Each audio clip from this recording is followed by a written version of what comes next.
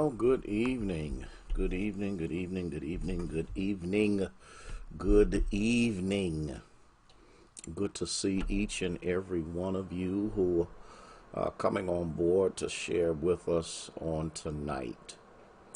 A little chilly, a little cold, but the sun is shining. The sun was shining, rather. Out of all that people have gone through, it's still a good day. Out of all that we are experiencing, still a good day. And I just wanted to stop in for just a few minutes on a Tuesday night and share with you just a little something, a little something that I believe will probably encourage you, I pray that it encourages you.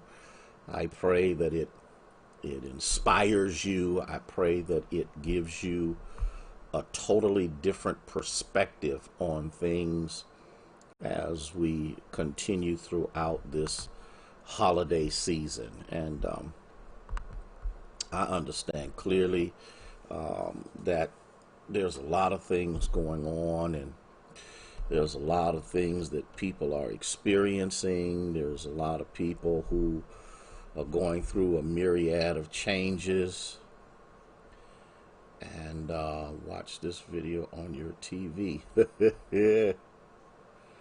And there are those who really don't know how to navigate these moments. And the truth of the matter is, if we all just tell the truth, these are extremely difficult and trying moments and times for us to come together, but yet still, in the midst of it all, we recognize who is in control. Good afternoon. Good afternoon, Michelle, Barbara, Rita, Larry, Willie Bell, Carolyn, Cheryl, Carletta. How are all of you this evening? Good evening, Thea. And let me see what's happening on this page. Nancy, good to see you this evening. I don't really see anybody on OBSC's page. So we're just going to wait 4 minutes because I'm going to start at 6:30. I'm not going to keep you. I'm not going to keep you that long tonight. But I just want to be able to just share a little something, a little spiritual pick me up, a little something, just a little something. Let me thank God. Picola, how are you? Let me thank God for those of you who are on the website and those of you who are watching us via YouTube. We are grateful to God for you as well. And I'm asking that you would forgive me because I've yet to be able to navigate or manage so that I can have a platform whereby I will be able to bring up all of the screens and see everybody on each application at the same time. And so that's important. Minister Faye, how are you? Sylvia Scott, Robin, good to see you this evening. We're coming upon Ethel. How are you? Wendy, I'm praying that all is well with you and yours, and that God continually blesses over and over and over again. And again, we're grateful. I've got 3 minutes, and then I'm going to go ahead and get started. Gail, how are you this evening? Good to see and to have you with us as well. Um, this is a very interesting time to be alive. Marcus, how are you, sir? I got a couple of more days to go before it's your birthday, right? If I'm not mistaken. Barbara, Barbara Foose, good to see you this evening. Or maybe another day, because I don't think it's today, because I called myself looking it up ahead of time earlier today and just weren't able to really do that. Hey, Jeanette, how are you this evening? And again, I'm calling out the people that I can see. And I do apologize. I do apologize for that group that is on the website or YouTube. Don, how are you this evening? Long time since I've had a chance to holler out at you. I pray that all is well with you and your family. Patricia, good to have you with us. And for those that are on the other platforms, we are grateful to God for you sharing with us. Rita, Sabrina, okay, and grateful to God for that. Let me go ahead and get started so that I can share this with you. Charlene, how are you this evening?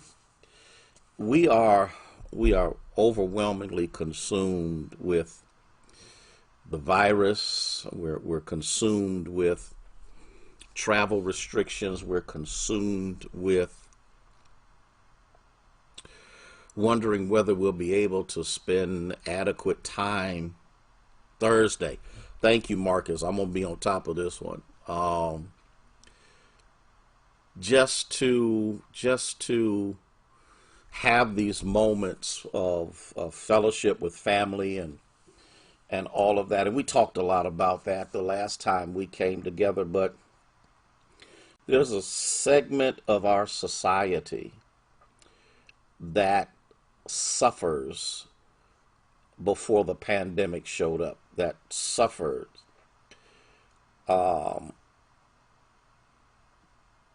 unnoticed and not really paid that much attention to, Gladys. This is the group of people that during the holidays suffer and struggle with depression.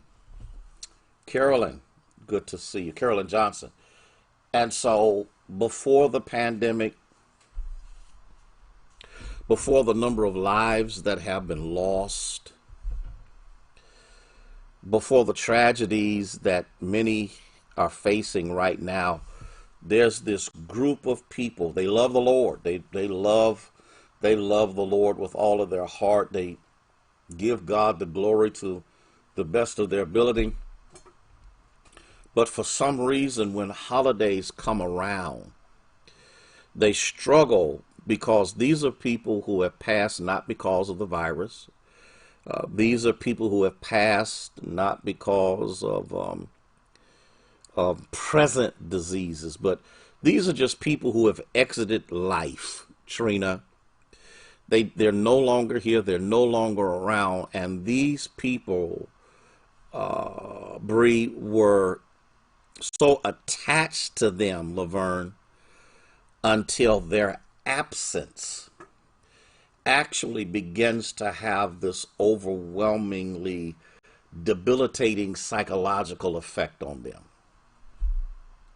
They don't want to get out of the bed. They don't want the lights on. They don't want the sun to shine. They don't want to have conversations with people, and they get angry at those who seem to be enjoying life while life seems to be treating them so unfair, Tom. They become, to a certain extent, misguided because why should everybody else be able, excuse me, to have fun?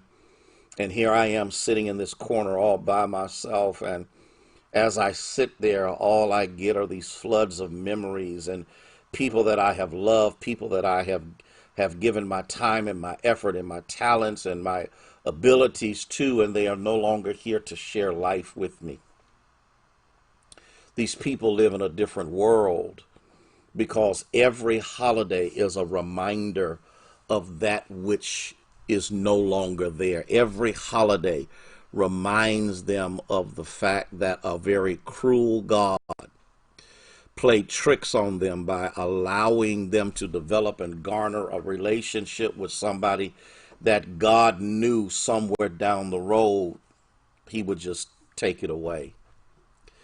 That's the group that I want us to think about. That's the group that I want us to pray about. That's the group that I want us to focus on. And the reason, Maria, and the reason, Christine, that I'm asking you to do so is because if it hasn't been you, one day it could be. One day, Christmas may not feel like Christmas. Thanksgiving may not feel like Thanksgiving. Easter may not feel like Easter. Nicole, all of these holidays that brings people together. It brings laughter and it brings joy, and it also brings a sense of belonging and a sense of contentment.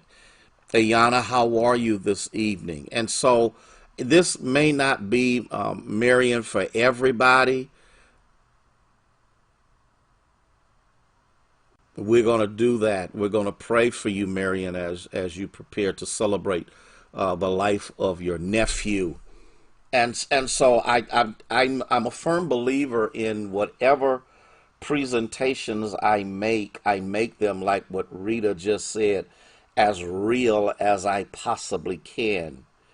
And the reason, Marcus, that I try to make it real is because too many times we super spiritualize normal natural events and the absences and the feelings of abandonment and feelings of anger, not only angry at the people who left because we feel that their departure was not upon our timetable, but then there's this God who says he loves me and cares for me. And in the midst of claiming him and embracing him and enjoying him and realizing that in him we live, move, and have our being, all of a sudden he removes someone dear to us. Good evening, Denise. He takes someone away that we are dependent on. Virginia, he takes someone away that we put all of our trust in, all of our dependence on. And so these were the people. Am I talking to anybody? I saw you, Wendy, when you said I saw you, Marcus.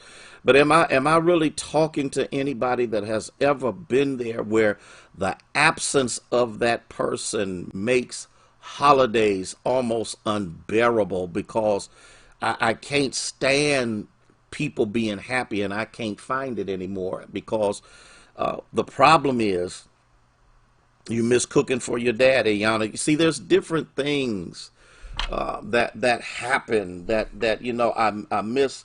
Even though my dad's been gone since 1975, I still miss hearing his voice. My mother's been gone probably about 16 years. I can't remember how long it's been. I miss I miss her strange sense of humor that on many occasions I didn't understand, but now that I've gotten older, I got the same sense of humor. And so here's what we've got to understand, Don, is that even when we are emotionally over attached to people, we need to understand that there is a God who is our stabilizer. Now, that doesn't mean, Nicole, that I don't cry, that I don't have moments when I don't feel like being bothered. I have those moments when I really lash out at people. I don't really mean to do it because being hateful really isn't a part of my demeanor. It's not a part of who I am, but because I don't know how to process these moments. I don't know. I don't even see Murtis, how God is walking me through this because I'm so busy looking at the shadow of death. I don't see how God has been ushering me through this. I know, Marcus, I know you got to miss your mom and different ones, and Robin, your daughter, and different ones who have passed on, who as the first holiday without your dad, okay, your mother, your brother, whatever the case may be. These things take an emotional toll on us. They drain us of our energy. We don't feel like moving. All we want to do is stay in bed. We just want to stay to ourselves. We don't want to even have any conversation with anybody, Nancy, because Minister Michael, I am so consumed with my present moment until I don't really recognize who's present. Oh, help me to teach this. I need us to understand that he's present. Even when I've quit pressing, he pushes. Let me say that again. Even when I quit pressing, he pushes. And so here's what we've got to say. Yeah. And here's what we've got to understand, Pastor Hughley, in the midst of everything that's going on, in the midst of everything that is happening, in the midst of those moments when we don't know what to do, when we don't know where to turn, and even when we begin to turn to people, they are tired of our story. Oh, God. They are tired of our story. They are tired of us whining, because sometimes that's what it can become. It's a broken record. It's the same thing. And we don't see it. We don't see we're stuck. We don't see that we're saying the same thing over and over again. And then people become discouraged. They're to the point now where they don't want to help us. They don't want to listen to us. And so here's what happens, Sylvia Scott, we then isolate ourselves, which is exactly what the enemy wants you to do. He wants you to stay in some dark place. Okay. Yeah, Nicole. And we got to, Tito, we got to come to terms with our own humanity. We have to come to terms with our own feelings. We have to come to terms with our own anger, with our own sense of lack, want, or even abandonment. And that's why I believe that God has took me back to Psalm 121, because in that it says there's something powerful here. He who keeps you will neither slumber nor sleep. Behold, he who keeps Israel never slumbers or sleeps. Can I give you something that may help you? I don't know if this will really help you or not, but my prayer is that it will. Even in the midst of abandonment, even in the midst of being forsaken, even in the midst of an orphan moment, even in the midst of the loved one leaving, even whether they leave through death or whether they just leave through the fact that they no longer want to be a part of your life, you can't start taking some stuff personal. You just can't keep getting bent out of shape, because you've got a God that has never blinked or winked. Never blinked or winked, Gina, at one moment in your life, whether you're awake or whether you're asleep. God neither slumbers nor sleeps. Now, what does that mean to me? That means on those moments when I finally do get to go to sleep, because I don't know if anybody else has ever been there or not, but we talk about sleepless nights as you get older. See, when you're younger, you're not so much concerned about life as much as you are concerned about having a good time. When you get older, things change, family changes, responsibilities change. You become more consumed with trying to make sure your children don't do the same dumb things that you did, and then you go overboard with it and try to restrict them from living life, not realizing, I hope y'all get this if you don't get anything, not realizing that in the midst of the strictness of our parents, they understood that there was a God who could do for us what they could not do with a belt or a switch. This is what you've got to know. He neither slumbers nor sleeps. Okay. Why? Because he's my keeper. Oh, glory to God. Can I tell you something that I think that will mess you up? And in the midst of messing you up, I pray that it's a blessing to you. There is not a debilitating moment that has ever come into your life that God has not orchestrated it to make you stronger. I needed to pause on that for just a second to allow that to sink in. There has never been a debilitating moment in your life that has come to your life that God has not used it to make you stronger.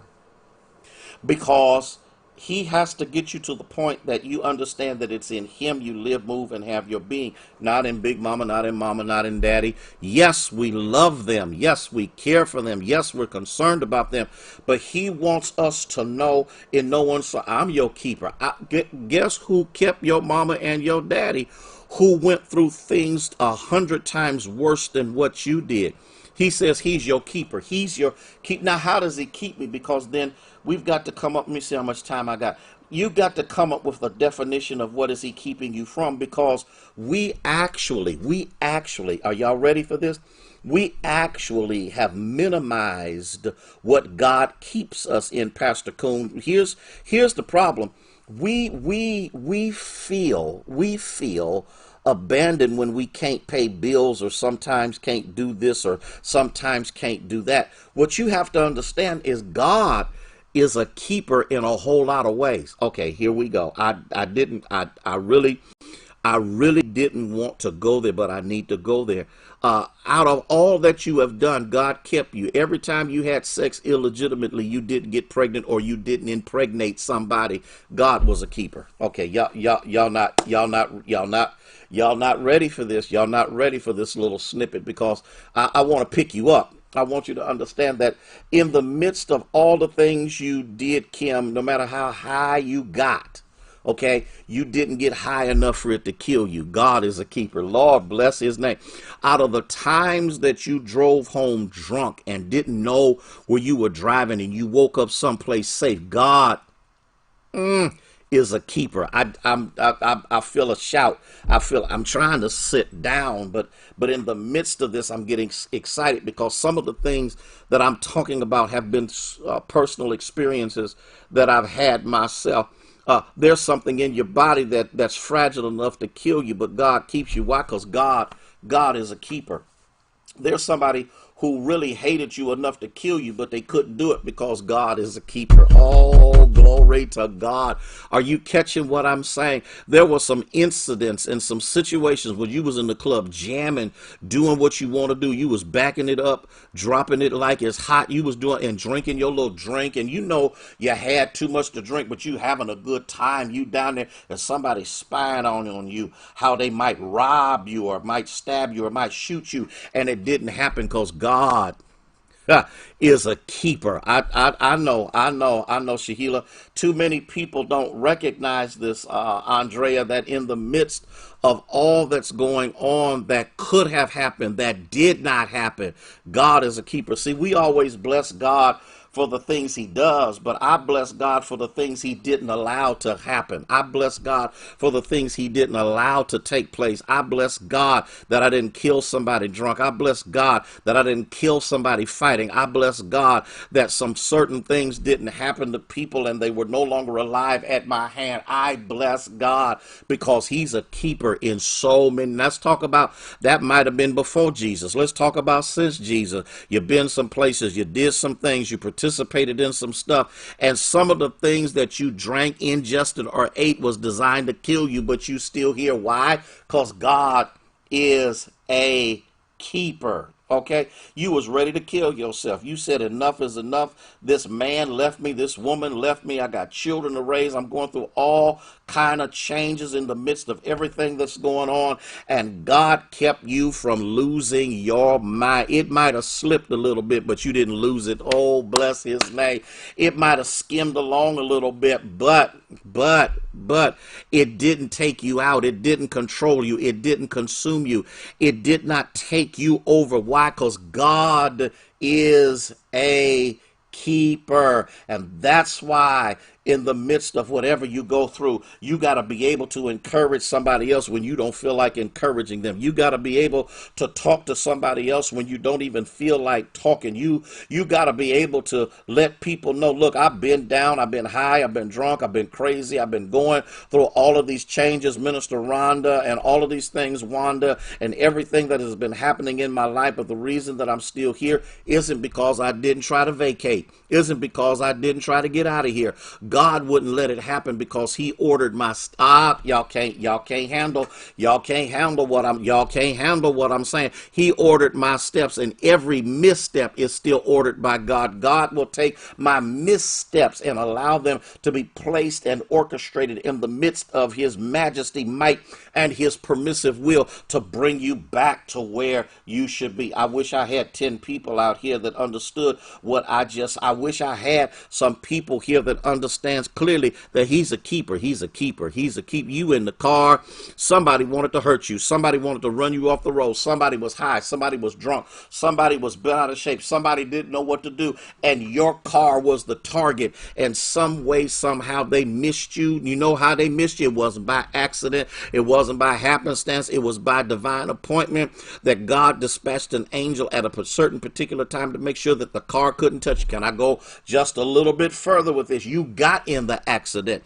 Something took place, Doris. You found yourself in a situation where the car has flipped upside down and you don't know what to do. But guess what? God put an angel in there that was stronger than your seatbelt.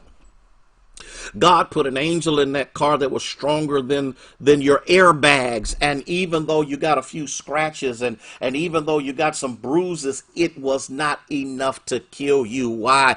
Because the devil can't take what don't belong to him. I wish I had somebody that understood that God, that understands that God is a keeper. And the reason he can keep me is because he ain't blinking. The reason he can keep me is because he ain't napping. The reason he can keep me is because he's not asleep behind the wheel. The reason he can keep me is because this ain't his first rodeo. There is nothing that has ever come into your life that God has not already seen. And if God has already seen it, he has also provided the solution for it. That's all I wanted to say. That's all I wanted to say. That's all I wanted to say. That's all I wanted to say, Valerie. That's all I wanted to say, Tito. That's all I wanted to say, Patricia. That's all I wanted to say, Shahila. That's all I wanted to say, Barbara. That's all I wanted to say, Audrey. That's all I wanted to say, Carolyn Piccola. Kaylin, that's all I wanted to say. Carletta, that's all Marion, that's all I wanted to say. Sylvia Scott, that's all I wanted to say. Christine Laverne,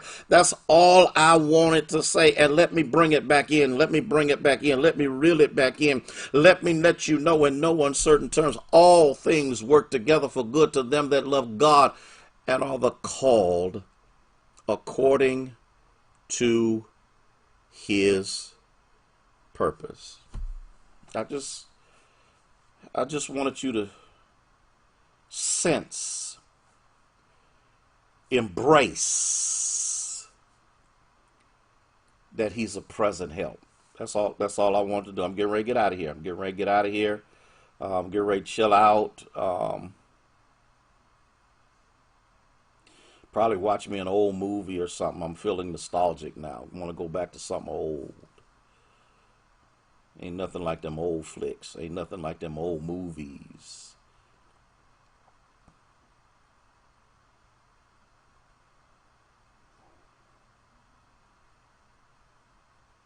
I needed that to sink in. I needed that to maturate. I needed that, Dr. Rice, I needed that to get into your spirit, that the enemy meant it for evil, but God took the evil intent and turned it around for your good. Listen, rest well tonight. Have a great evening. I probably will do, I don't know if I'm going to do midweek or not. I might do another snippet on Thursday just to bring some level of encouragement to each and every one of you during this pandemic, racistic, transitional season. And again, and I know I say this a lot. I know I say it a lot. That I love you.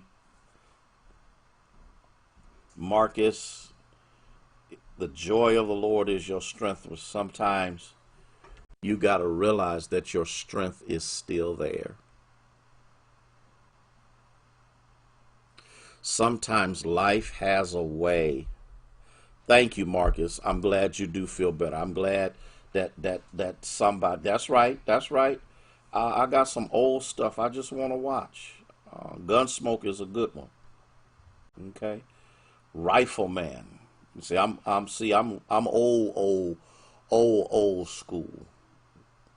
Might even see if I can't find me some Wild Wild West movies and some stuff like that, just to relax your mind. Yeah, I know you can read the Bible, you can pray. That I understand all of that, but sometimes it's just good to get you a nice glass of water.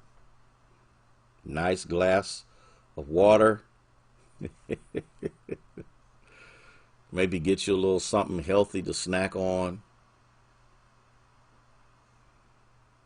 and just tell God thank you. There's a song that said, "It's another day that the Lord has kept me." Y'all have a fantastic thing. If I don't see you between now and then, have a fantastic Thanksgiving. Be blessed. We love you with the love of Jesus Christ. May God bless you and may He keep you, is our prayer. Stay safe, social distance, wash your hands, sanitize, and wear your mask. Don't be gathering with everybody in the house. That way, you can live to see another holiday. May God bless you and may He keep you. Sanford and Son, y'all talking to me now. Is Andy Griffith. Y'all talk. See, go on and tell everybody we all up there. Those were the shows. Be blessed till we meet again.